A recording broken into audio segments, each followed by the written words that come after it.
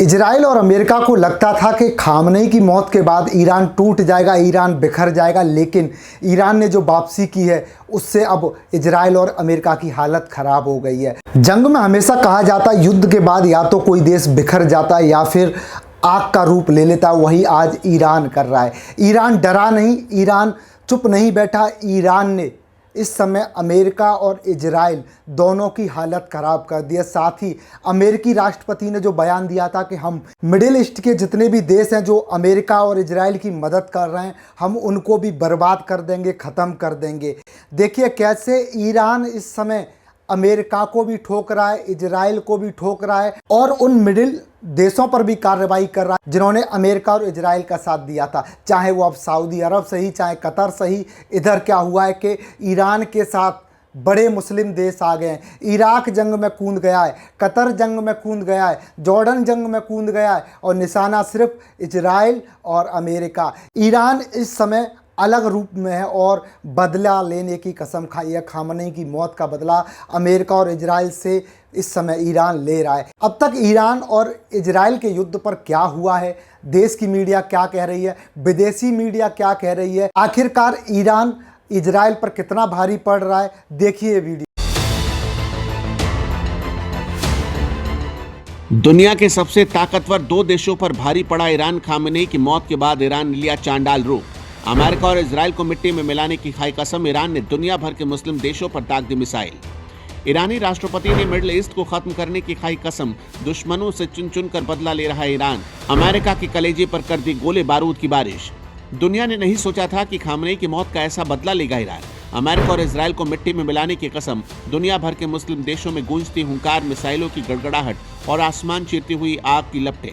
क्या सच में दुनिया के दो ताकतवर देशों पर भारी पड़ गया है ईरान? खामनेई की मौत के बाद क्या ईरान सिर्फ रोया या फिर उसने वो रूप धारण कर लिया जिससे मिडिल ईस्ट कांप उठा?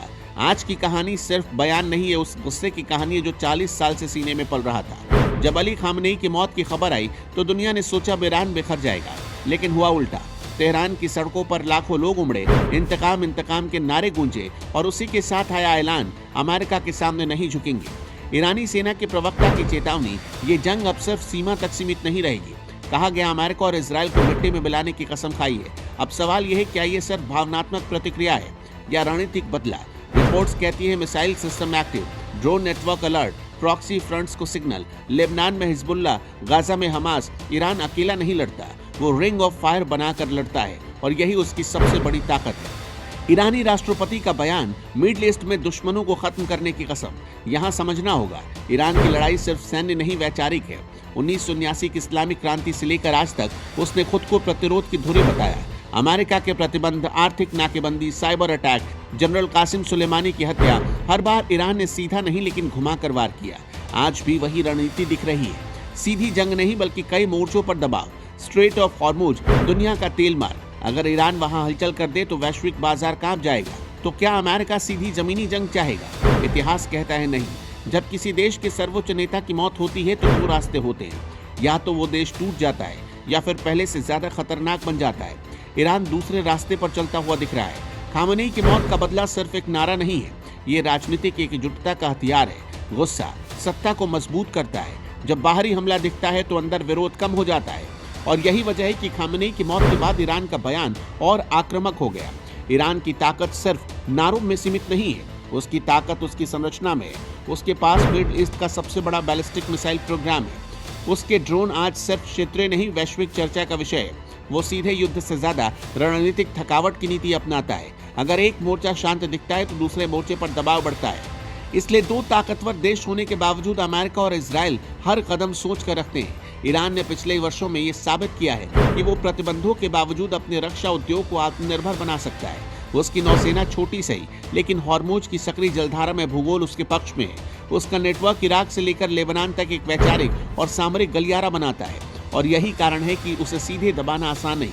खामनेई की मौत के बाद दुनिया को लगा था ईरान की कमर टूट जाएगी, लेकिन आज तस्वीर यह है कि वो और ज्यादा आक्रामक बयान दे रहा है और अपनी क्षेत्रीय उपस्थिति को और सख्त कर रहा है। क्या ये स्थायी बढ़त है या स्थायी उफान? ये आने वाला समय बताएगा। तो क्या सच में दुनिया के दो ताकतवर देशों पर भारी पड़ रहा है ईरान?